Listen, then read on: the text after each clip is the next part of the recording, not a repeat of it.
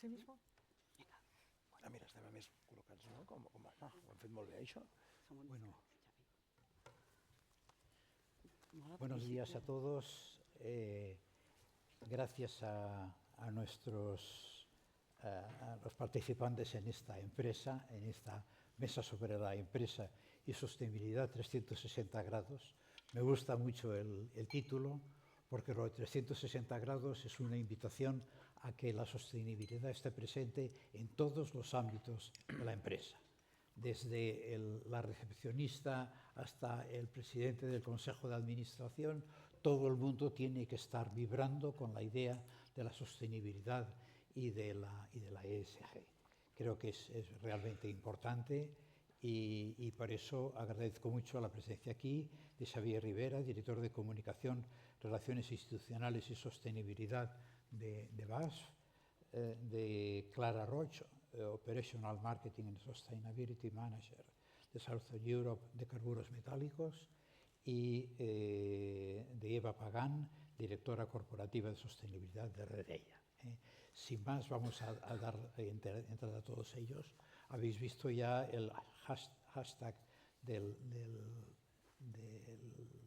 la reunión, el J Anuario 2026 BCN. Os invito a que hagáis llegar a los participantes en las webs, en los medios de comunicación, vuestras impresiones y lo que os parezca más interesante de esto, porque se trata precisamente de que haya mucha gente, de que participe de nuestras ideas, de lo que iba saliendo aquí. Eso es lo realmente importante.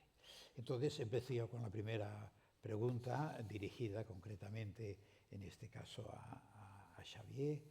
¿Cómo han evolucionado las estrategias de sostenibilidad en vuestra empresa en los últimos años y qué papel juega el liderazgo en la integración de la sostenibilidad dentro de la cultura organizacional?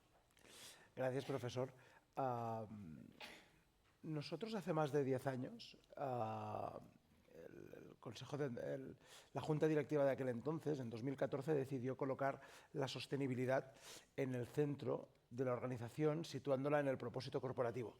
Desde ese entonces, nuestro propósito pasó a ser creamos química para un futuro sostenible. Esto aseguraba o intentaba asegurar que todas las decisiones que se tomaran en la corporación giraran alrededor de la sostenibilidad. Y esto no era casual, ni era el inicio de un viaje, sino era una parada más.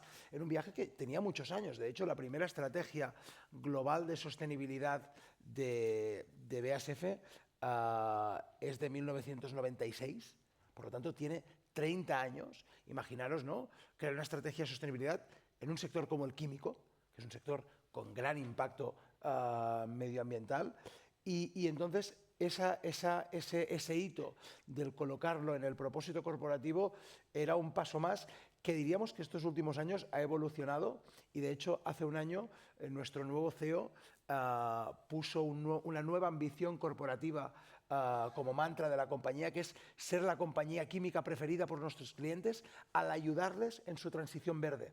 Y esto tiene importancia porque nosotros somos un negocio B2B y como tal lo que estamos es colaborando con otras industrias para llegar de la mano de ellas, y luego hablaremos de alianzas, al consumidor final. Y por eso esta importancia de ayudar a nuestros clientes a conseguir hitos en el consumidor final. Y simplemente por poner en tela el tema de la cultura, yo creo que es más interesante todavía estar aquí en el IS, porque muchas veces cuando consideramos la sostenibilidad una área separada, en silo, como cualquier otra, la capacidad de impactar o la capacidad de transformar la organización es casi nula. Es decir, si la sostenibilidad es transversal, es 360, tiene que vivirse desde todas las áreas de la empresa. Esto quiere decir que cada área tiene que interpretar cuál puede ser su aportación. Por ejemplo, en qué pilar puede aportar más, menos, impactar más, menos. Pero esto no tiene sentido si el liderazgo no tracciona y consigue que ese liderazgo empape a nivel cultural, ¿no? Necesitamos, ¿no?, aquello que decía Drucker, ¿no?, que la cultura se come la estrategia a la hora del desayuno. Pues necesitamos que realmente la sostenibilidad, ese compromiso de ser corresponsables, pase de lo aislado a lo cultural. Gracias, Clara. Buenos días y muchas gracias por ¿no? acogernos una vez más a esta jornada. Bueno, no puedo estar más de acuerdo con lo que Xavier, ¿no? Empresas químicas, también carburantes mecánicos también. Nuestros superaprendizajes de estos últimos años, sobre todo, es que la sostenibilidad solo se consolida si realmente deja de ser un proyecto y forma parte del ADN, ¿no? En este caso, se transforma o es una forma de liderar dentro de la compañía, ¿no? En este caso, hemos pasado o hemos visto esta evolución en estos más de 125 años que tenemos de formar parte de una forma más voluntaria o más de cumplimiento, ¿no? Pues porque toca, a hacer o formar parte de lo que sería la estrategia de crecimiento de la compañía, ¿no? Y esto nos ha llevado ahora a que la sostenibilidad sea pues, la guía para la innovación, la que condiciona las decisiones que tomamos y la forma de un modelo de negocio centrado en el crecimiento con el punto de sostenibilidad, ¿no? Y igual que BASF, nuestro propósito, y hoy voy a hablar de nuestro propósito porque creo que es que lo abarca todo casi, ¿no? Hace unos años también integramos la sostenibilidad en nuestro propósito, ¿no? Y de alguna manera vincula directamente al crecimiento y a la innovación, ¿de acuerdo? Entonces, ¿cómo es? Y cito, y a lo largo de la sesión, me disculparéis, pero es que tiene un anclaje y lo coge, ¿no? Es unir a las personas para colaborar y crear soluciones innovadoras que respondan a los mayores retos energéticos y de sostenibilidad medioambiental, ¿no? Unir a las personas, Xavier lo decía, alianzas, generar soluciones innovadoras para nuestros clientes, para nuestra sociedad y con retos energéticos y medioambientales. Entonces, esto yo creo que es fundamental y demuestra este anclaje en nuestra compañía, ¿no? Y otro punto importante es el liderazgo, ¿no? Lo que comentábamos, cómo el liderazgo ayuda a que se consolide esta sostenibilidad en la compañía. Y en este caso es pues, bueno, súper importante que realmente esto nos lo creamos, ¿no? O realmente se asume como propia y no que esto es una, ¿no? es una delegación de mira, ya lo vais a hacer y demás, ¿no? Entonces, en este caso, la sostenibilidad como una implicación directa de la alta dirección funciona, ¿no? Hace que de alguna manera sea propia y a la vez hay otro punto importante que es el día a día de nuestros empleados. Ellos tienen que vivir o sea, tiene que ser una parte más de su proceso operativo, ¿no? Y que no sea solo pues, de vez en cuando que aparezcan estos slots. Y yo diría que los puntos que había apuntado como más importantes los hemos cubierto, ¿eh? Sobre todo esto, ¿no? Impulsar un cambio de cultura, ¿no? Alineado al liderazgo, con personas y con estrategia de sostenibilidad fija para poder seguir caminando, ¿no? Muchas gracias. Eva Pagán. Sí, muchas gracias. Bueno, enhorabuena lo primero porque llenar IES Madrid, llenar IES Barcelona no es algo fácil, así que mucha suerte también para los futuros eventos. Tuve la oportunidad de estar en Madrid y estar aquí, pues para mí es un placer contar que al igual que Xavier y que Clara, pues en Redella la sostenibilidad no es algo que haya llegado ahora. Para los que no conozcáis Redella, Redella es una empresa cotizada en el IBEX 35 y nosotros somos gestores de infraestructuras eléctricas, somos el transportista y el operador del sistema eléctrico a través de Red Eléctrica y además somos el segundo operador de fibra óptica oscura en España, ¿no? Y cuando hablas de lo que hacemos, indudablemente, aunque seamos una empresa cotizada, sí que subyace muchísimo el interés de hacer las cosas de una manera tal que se sirva a la sociedad. Y eso es lo que a lo largo de los 41 años de historia de Redella, que empezó siendo Red Eléctrica, es lo que tenemos incorporado, pues yo creo que cada uno de los que trabajamos en Redella y que se puede ver en nuestra estrategia de compañía. Cuando la sostenibilidad se llamaba ERSC, Redella por aquel entonces ya tenía sus políticas y sus códigos de buen gobierno. Y cuando hablábamos y hablabais de algo muy importante, que es que la sostenibilidad no sea algo apartado, así lo vemos en Redella. De hecho, en nuestro plan estratégico uno de los pilares es la sostenibilidad. ¿Por qué? Porque nosotros concebimos la sostenibilidad como una palanca para ayudar al negocio. La sostenibilidad en sí misma no serviría de nada si no es para ayudar a hacer del negocio de una manera que le ayude a hacer las cosas pensando en tener un impacto positivo pues, en la naturaleza, en la sociedad, en las personas. Es muy importante y es nuestra experiencia también que la sostenibilidad sea algo que emane desde los órganos de gobierno de la compañía, porque de esa manera se ayuda mucho a impulsar ese modelo de sostenibilidad. Y ahí sí que me gustaría apuntar que sabéis que todavía no es obligatorio que las empresas cotizadas tengan comisiones de sostenibilidad y, sin embargo, en Redella, desde el año 2018, tenemos una comisión de sostenibilidad formada por 3 consejeros y cuyo presidente es una consejera independiente, donde desde esa comisión los debates de sostenibilidad están en el Consejo de Administración y eso, indudablemente, pues es una señal de las que estamos muy contentos porque es una señal de madurez de la compañía y de que la sostenibilidad la tenemos en el negocio. Muchas gracias. Vamos a otra pregunta. Estamos viviendo una creciente regulación en materia de sostenibilidad y ASG. ¿Cómo estáis gestionando la adaptación a nuevas normativas y qué impacto tiene esto en el modelo de negocio? ¿Está bien? ¿Seguimos el mismo orden? Pues yo creo que es el gran tema del momento, sobre todo en una industria como la nuestra y en Europa.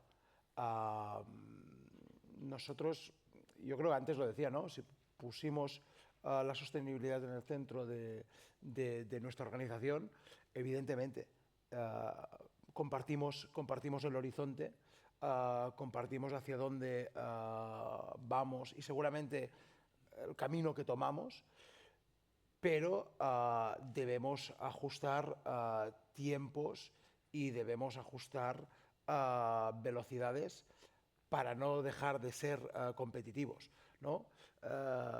Le oía hace poco a la presidenta de Feike que decía que, por ejemplo, la forma más fácil de descarbonizar España es desindustrializarla, pero este no es el camino que queremos.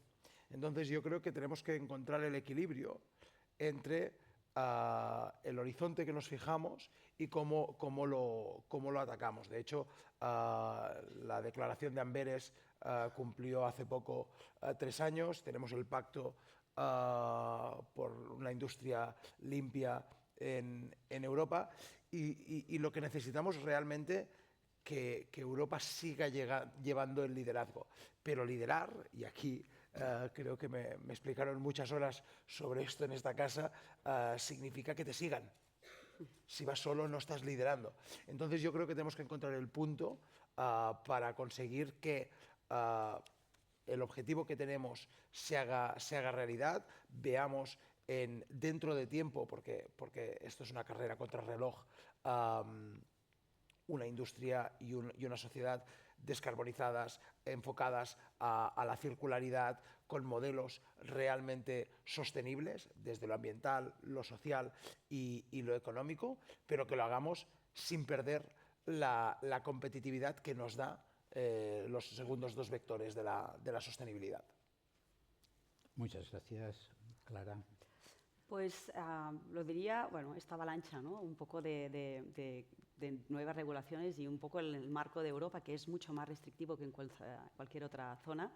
Desde Carburo realmente estamos, pues de alguna manera, afrontando este nuevo pues, ¿no?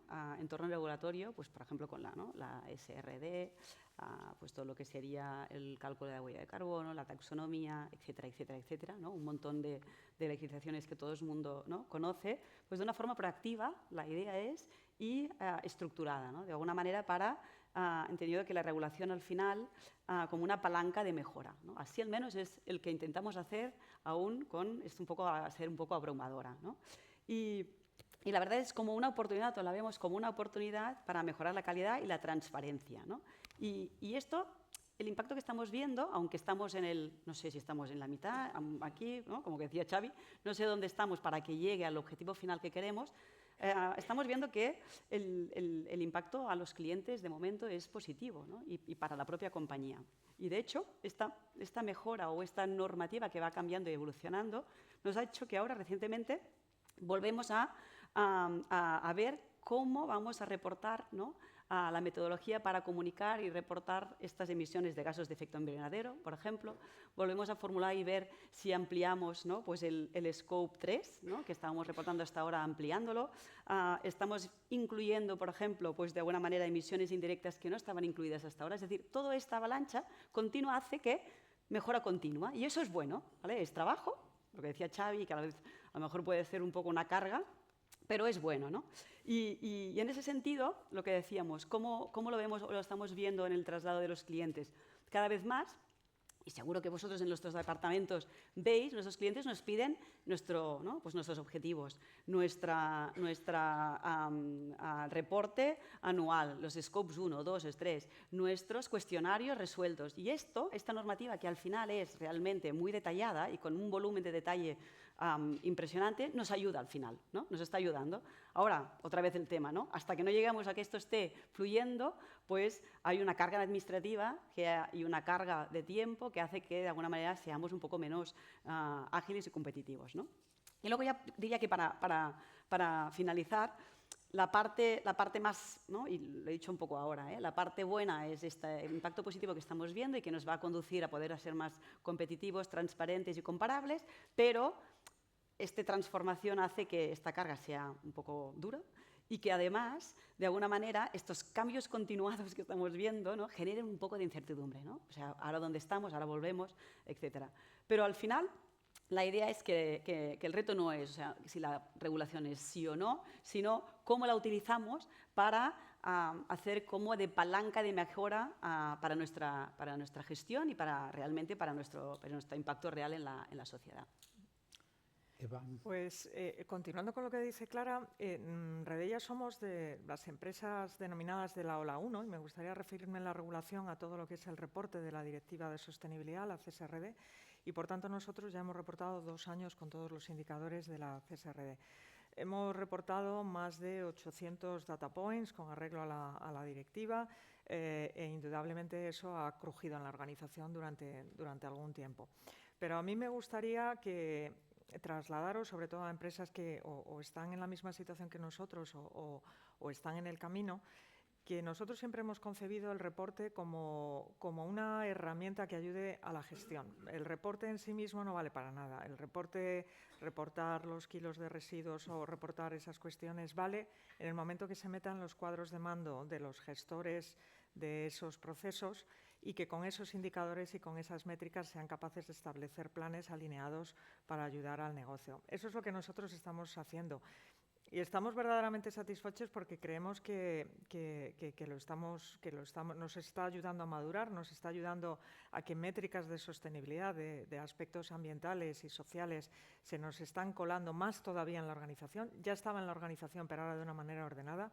Hemos implantado un sistema de control de la información de sostenibilidad, que ese es otro de los retos, que es el segundo reto que tienen las organizaciones, es que el dato sea fiable. A diferencia de los datos económicos y de los datos de contabilidad, que están muy maduros y que han llevado decenas de años madurarlos en las organizaciones, los datos de sostenibilidad están dispersos en toda la organización y no tienen quizá el mismo rigor en las evidencias a día de hoy. Entonces, bueno, pues sí que la directiva nos obliga a las empresas a establecer una metodología y una sistematización, con lo cual una incorporación de un sistema de control ayuda a que la madurez de esa información no financiera o de sostenibilidad tenga la misma calidad que la información de sostenibilidad. Y el tercer reto, que para todo esto hay que aplicar muchísima tecnología, que en esta casa se enseña mucho de que cualquier proceso, cualquier mejora que quieras implementar, bueno, pues ahora mismo hay herramientas tecnológicas que nos permiten la integridad de los datos y que indudablemente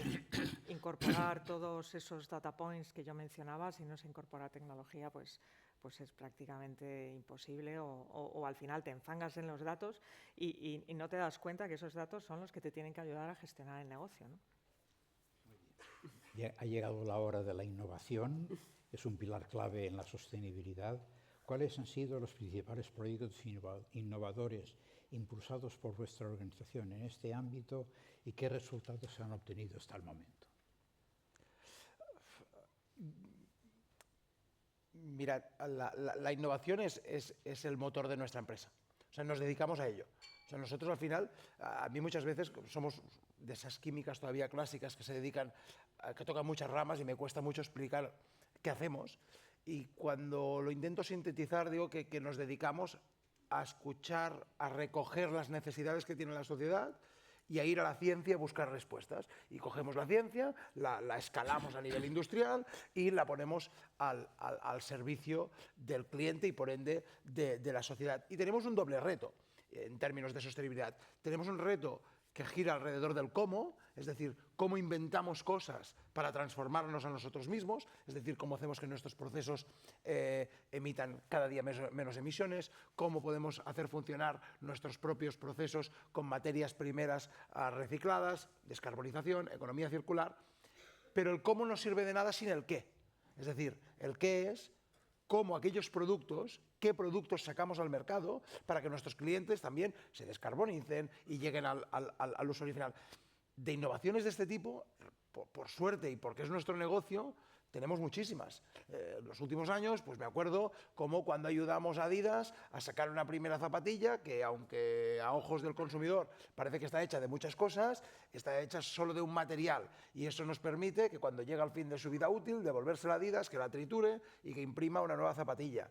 Me acuerdo, aquí en Cataluña, cómo trabajamos con Cafés Novell y creamos las primeras cápsulas compostables y biodegradables del mercado, que no es la solución más sostenible para tomar café, pero que permitía que el que quería tomar cápsulas podía tirar la cápsula a la fracción orgánica. Más recientemente, hace 1 año y medio, lanzamos al mercado con Inditex la primera chaqueta 100% reciclada de textil, de residuo textil. Piensen que al año se recicla un 1% de todo el textil que se desecha.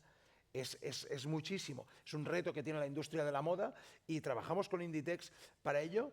Y yo no soy químico, pero para que nos entendamos, era un proceso de coger como si cogiésemos una tarta y en lugar de partirla a cachitos, la devolvíamos a su forma de huevos, harina, azúcar, leche. Eso conseguimos extraer las poliamidas para hacer poliamidas recicladas. No sé, tenemos muchos ejemplos. Al final es que estas innovaciones son lo que nos mueve a nosotros en el día a día y que ojalá podamos seguir teniendo muchas más en el futuro. Clara, por favor. Entonces, en ese sentido, la idea es lo mismo, ¿no? Decíamos que la innovación es nuestro motor en todo lo que es el crecimiento de la compañía enfocada a la sostenibilidad, ¿no? Y lo que decíamos, ¿no? En ese propósito, ¿no? Las soluciones innovadoras, estas soluciones para carburos son básicamente soluciones sostenibles que pueden ser o pueden venir desde gases, ¿no? Que son lo que hacemos, desde equipos, desde tecnología, desde aplicaciones, ¿no?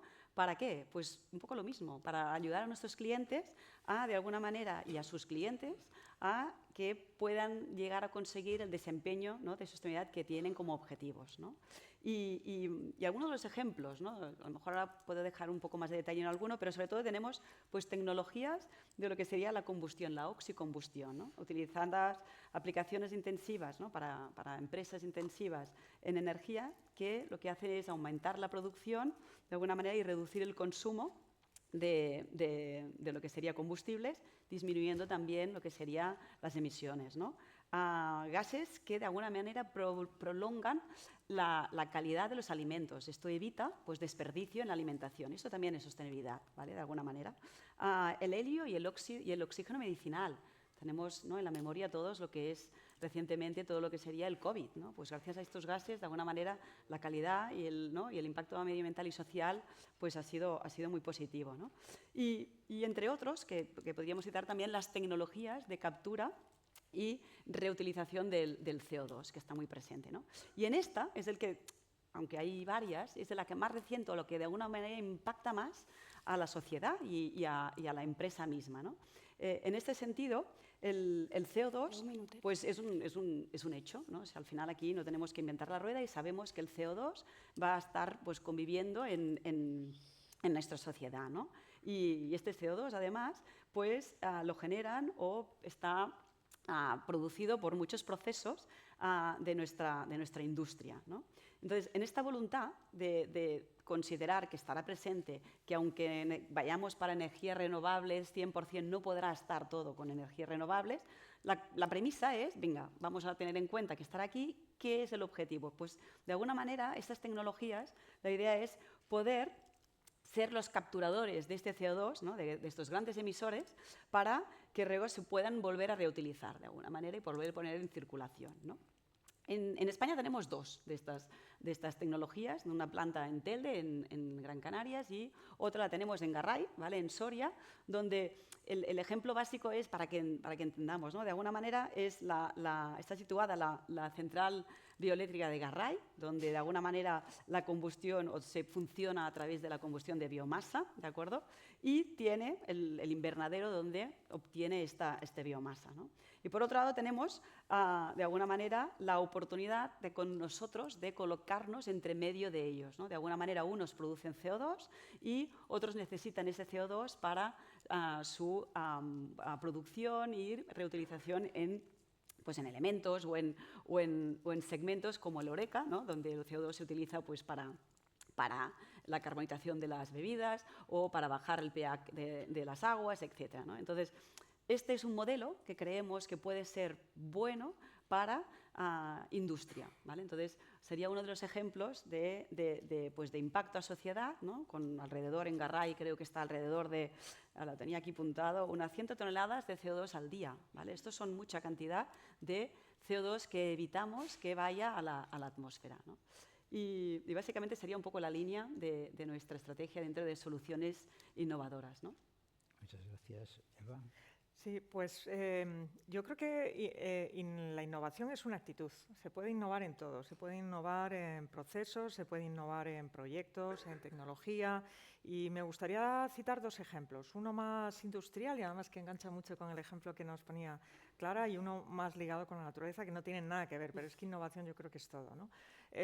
Nosotros, nuestras emisiones de alcance 1, básicamente, los equipos de alta tensión están aislados con un gas, son equipos que están encapsulados y que están aislados con un gas, es fluoruro de azufre, que básicamente es el 90 y tantos % de nuestro alcance 1, ¿no? Y ese gas, nosotros cuando hacemos labores de mantenimiento, es un gas aislante que se va degradando, va teniendo impurezas y nosotros lo tenemos luego que retirar, meter en botellas, y lo que hacíamos era esas botellas se sellaban y se enviaban para su reciclado a Francia. Y claro, cuando dices, caramba, y cada vez que esto tenemos que andar mandando con las botellas para aquí y para allá, bueno, pues a base de un proceso de innovación interno de la casa, lo que se ha hecho es mediante filtrado y mediante un proceso de reciclado, hemos conseguido reciclar el propio gas que sacamos de nuestros equipos, lo reciclamos, conseguimos una pureza del 99,99 que podemos volver a utilizar, con lo cual, y oh sorpresa, que a veces asociamos que la innovación siempre es más cara, pues resulta que el proceso no solo es más eficiente, sino que aprovechamos además gas y es que encima es más barato. Bueno, yo creo que es un ejemplo de innovación que nos está permitiendo, bueno, pues establecer esos mecanismos de economía circular que estamos poniendo a las empresas, ¿no? Y otro ejemplo que os quería poner, muy relacionado con nuestra actividad, nosotros cuando desplegamos infraestructuras eléctricas, las grandes líneas eléctricas, las torres que vemos por todo el territorio, tenemos que talar toda la que es la franja, si hay árboles, tenemos que talarla debajo de la línea para asegurar las distancias, ¿no?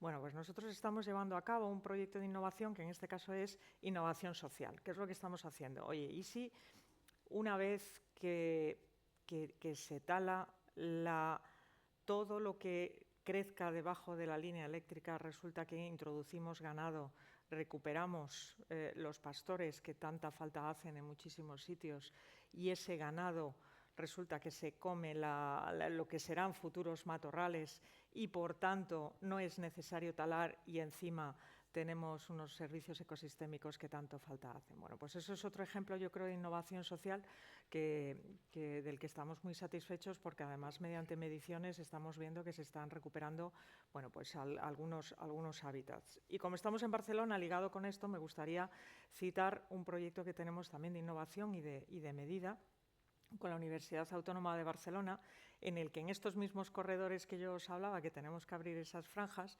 resulta que, bueno, pues analizamos también es otra manera de innovar, ¿no? Es decir, bueno, vamos a medir cuál es, con base científica, si las líneas, si los corredores debajo de las líneas eléctricas pueden ser corredores de biodiversidad.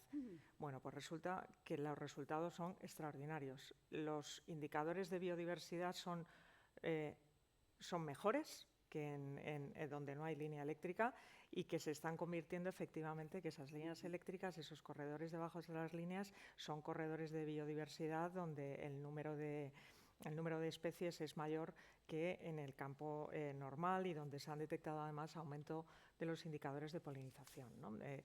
Entonces, bueno, yo creo que son dos ejemplos de cómo la innovación se puede colar en todos los procesos de las compañías, y que, como decía al principio, que la innovación es más una cuestión de actitud, ¿no? Bueno, muchas gracias por vuestra aportación. Creo que es interesantísimo esta lista de innovaciones que habéis ido introduciendo. Hablemos un poco también de comunicación. ¿Cómo lográis transmitir de manera efectiva vuestro compromiso con la sostenibilidad, tanto a los clientes como a otros stakeholders clave? Creo que seguramente es uno de los retos de hoy, estando aquí en la jornada de corresponsables, por dos motivos. Porque a nivel de comunicación, creo que lo que estamos buscando cada día más es la autenticidad. Y la autenticidad, esta es una opinión personal, conlleva al alza mostrarte vulnerable cuando lo eres, ¿vale? Poder entrar en diálogos en los que puedas decir, mira, esto tengo mucho margen de mejora, esto directamente no lo estoy haciendo como yo quisiera, esto me toca aprender de aquí y de allí. Y yo creo que tener una comunicación genuina, tener una comunicación auténtica, es el siguiente paso a la hipertransparencia, ¿no? que es un elemento que ya hace muchos años que conocemos, y creo que con Marcos habíamos hablado alguna vez, ¿no? De alguna de las charlas de Alberto Andreu, hablando de este mundo que ya hace tiempo que tenemos de paredes de cristal. Pero yo creo que esta autenticidad nos da dos elementos. Nos permite entrar en diálogos abiertos, nos permite evitar el greenwashing a la vez que el greenwashing, es decir, ¿no? Nos permite evitar el maquillaje verde, social, rosa, el que queráis, y el silencio al otro extremo, encontrar el equilibrio allí, y después nos permite conectar. Estamos en un mundo, yo quizá porque es a lo que me dedico, pero estoy convencido de que estamos en medio de la economía de los grupos de interés, en medio de la economía de los stakeholders.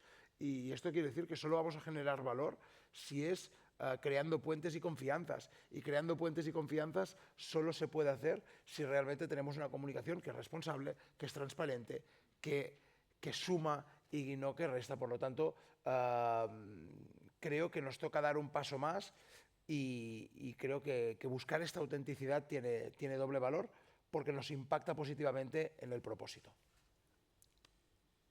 Claro. Pues mira, obviamente de acuerdo. Estamos aquí todos. Es la facilidad, es lo bueno de ir primero. ¿Sabes? Es que además ya lo has dicho. tengo un tema que coincide, ¿no? Porque al final, desde Carburos, un poco la idea es esta, ¿no? Es decir, que lo que intentamos de alguna manera es que la comunicación sea a partir de hechos reales, ¿no? Es decir, ¿no? Una vez hemos construido, comunicamos, ¿no? ¿Y por qué? Porque es muy fácil en una empresa como la nuestra, ¿no? Donde en un entorno de hoy en día de que, ¿no? La comunicación, pues sobre todo se valora la que tiene o genera un impacto, ¿no? Una empresa como la nuestra, a ver, que vende gases, no es muy sexy de alguna manera, nuestra comunicación esté enfocada a que sea supervisible, ¿no? Y ahí podemos perdernos o podríamos perdernos nosotros y compañías en explicar cosas que no hacemos, o intentar de alguna manera ¿no? que la teoría ¿no? venga antes de lo que realmente estamos haciendo, ¿no? Un poco lo que decíamos del greenwashing como palanca, ¿no? Entonces, para nosotros realmente la sostenibilidad en este caso, ¿no? Sobre todo, ¿no?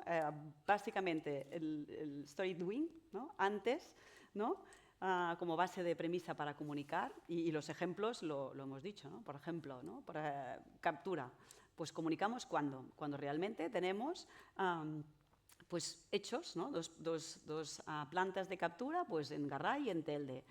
Comunicamos cuando, por ejemplo, las tecnologías de hidrógeno en proyectos como Hydrogen Ports, donde realmente la tecnología se ha probado en una operativa normal, ha funcionado, ¿no? O cuando tenemos pues, autobuses en la MT de Tarragona funcionando con hidrógeno. Comunicamos ahí.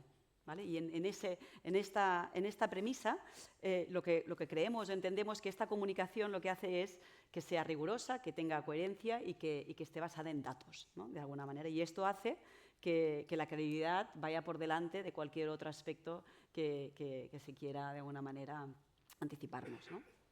Eva. Pues yo me sumo a todo lo que habéis dicho, como yo soy de la tercera, pero sí que me gustaría transmitiros que nosotros entendemos la sostenibilidad y lo que hagamos, como decíamos, creando un impacto positivo. Y un ejemplo de ello quizás se puede resumir en algo que hicimos ayer. Ayer en Mallorca presentamos, junto con las administraciones de allí, en Pollensa, los resultados de una plantación de Posidonia que llevamos haciendo desde hace varios años y cuyos resultados han sido magníficos, una tasa de supervivencia de más del 90%. ¿Qué hace Redella haciendo y presentando una guía de plantación de Posidonia? Bueno, pues nosotros tenemos cables eléctricos que conectan la península con Baleares, Mallorca con Menorca, Ibiza con Formentera y, por tanto, bueno, pues a la hora de desarrollar los proyectos que van por el mar, nos preocupa no dañar las especies que hay allí. Y de ahí que iniciamos una colaboración con el CSIC, con el IMEDEA, pues para tratar de plantar Posidonia en aquellos sitios donde a lo mejor nuestra infraestructura podía producir algún daño. Años después, los resultados de ese proyecto de investigación han sido fantásticos y lo que hemos hecho es una guía y lo que hemos hecho con la guía es ayer presentarla y ponerla a disposición de todas las asociaciones, no solo españolas, sino del Mediterráneo, que quieran seguir la metodología que se ha realizado y que se ha mostrado exitosa. Nosotros creemos en ese tipo de comunicación, en una comunicación que lleve incorporado además el rigor científico que te avalan instituciones académicas o instituciones científicas como las que he mencionado. Citaba yo antes la Universidad de Barcelona para medir la polinización debajo de las líneas, citaba yo el CSIC. Y creemos que esa comunicación con un rigor científico y poniendo a disposición de los grupos de interés, lo que se ha hecho es una manera de que entiendan cómo concebimos nosotros la sostenibilidad. Y al hilo de esto sí que me gustaría bueno, pues transmitiros e invitaros a quien tenga interés a visitar nuestra web, donde desde hace un par de años lo que hemos hecho es un ejercicio de medición de ese impacto positivo que nuestros proyectos y nuestra actividad generan en la sociedad. Y nos hemos atrevido a medirlo mediante unos proxies de saber, bueno, qué impacto positivo tienen cada uno de nuestros proyectos.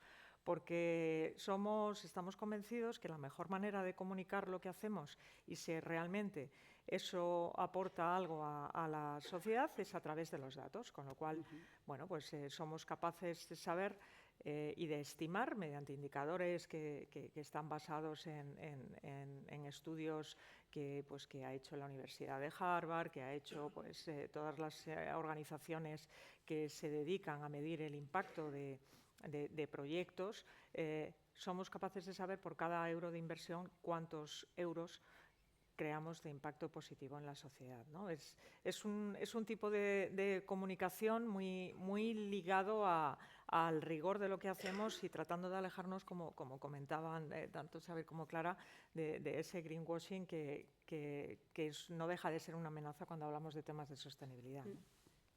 Una última pregunta para que contestéis muy brevemente sobre cómo fomentáis las alianzas estratégicas con otras organizaciones, ONGs o entidades públicas.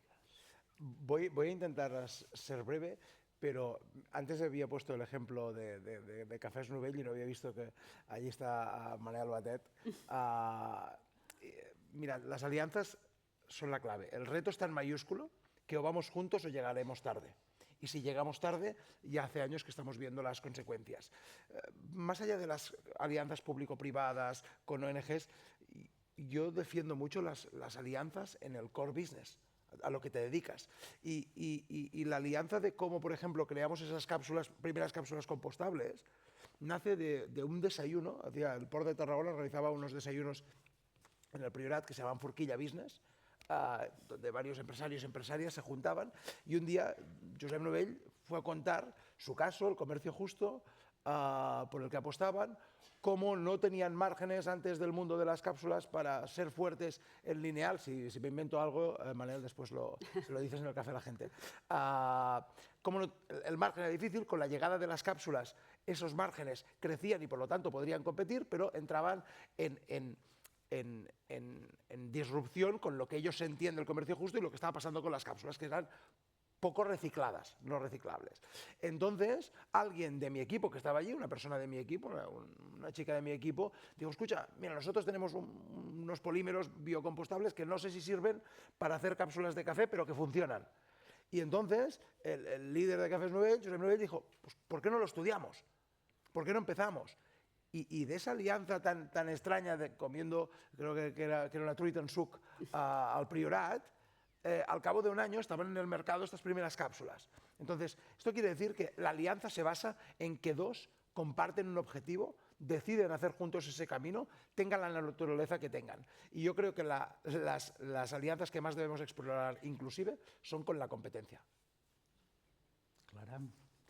Pues en ese sentido, intentando ser también breve, los grandes retos, yo creo que es la base, los grandes retos de sostenibilidad no se pueden abordar en solitario, ¿no? Es decir, que sí o sí requieren alianzas que de alguna manera combinen, pues, ¿no? Tenía apuntado pues, tecnología, ciencia, combinen también industria, combinen sociedad, biodiversidad, ¿no? También, para que realmente se pueda haber un impacto real en la sociedad, ¿no? Nosotros realmente seguimos esta estructura, ¿no? Y realmente intentamos buscar estas alianzas en todas las áreas, desde con nuestros clientes, de alguna manera, para que, y un poco en la línea, ¿no? en core business, y que tú qué necesitas, yo qué necesito, y juntos buscamos la solución, invirtiendo los dos. La sostenibilidad no es gratuita, ¿no? También con el sector público, ¿vale? Yo creo que es importantísimo para que luego esto pueda ser escalado de una manera, pues que el sector público también esté en estas alianzas, si no, nos hemos quedado en nada, ¿no? Entonces ahí, por ejemplo, pues tenemos pues todo lo que sería pues lo que comentábamos de los autobuses, donde pues el sector público apuesta para esta innovación, apuesta para estas tecnologías y de alguna manera vamos en la misma dirección, ¿no? Universidades también, de alguna manera Carburos apuesta y de alguna manera hacemos pues reconocimientos pues recientemente, ya un par de años, a la Universitat Rovira i Virgili en todo lo que son el máster de tecnologías de hidrógeno para potenciar, ¿no? este conocimiento que luego se va a poner, ¿no? Y se va a compartir para esta alianza y para uso, para un impacto como sociedad, ¿no? Entonces yo básicamente lo resumiría en estas, ¿no? Alianza con clientes, core business, con nuestras instituciones públicas y privadas, y también, aunque sea pues, de alguna manera puede parecer que sea un poco más extraño, también en las entidades sociales, ¿vale? Ahí son básicas también tenerlas vinculadas, porque la sociedad no solo, ¿no? impacta pues, en negocios, sino en lo que al final va a aparecer en la sociedad, ¿no? Sí, yo creo que poco que añadir, porque estoy totalmente de acuerdo. Creo que las alianzas son necesarias para acometer cualquier cuestión. Las empresas somos muy especialistas en lo nuestro y sabemos un poco de lo que hay ahí fuera, pero si indudablemente quieres hacer un proyecto grande tienes que buscar alianzas que te complementen.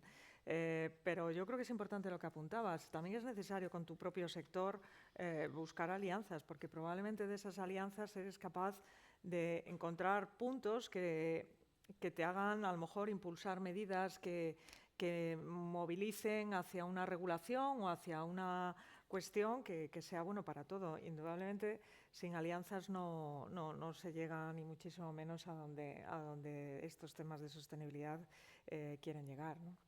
Bien, muchísimas gracias por vuestras aportaciones. Creo que han sido muy interesantes para el público. Vamos a dar paso ahora a la siguiente reunión.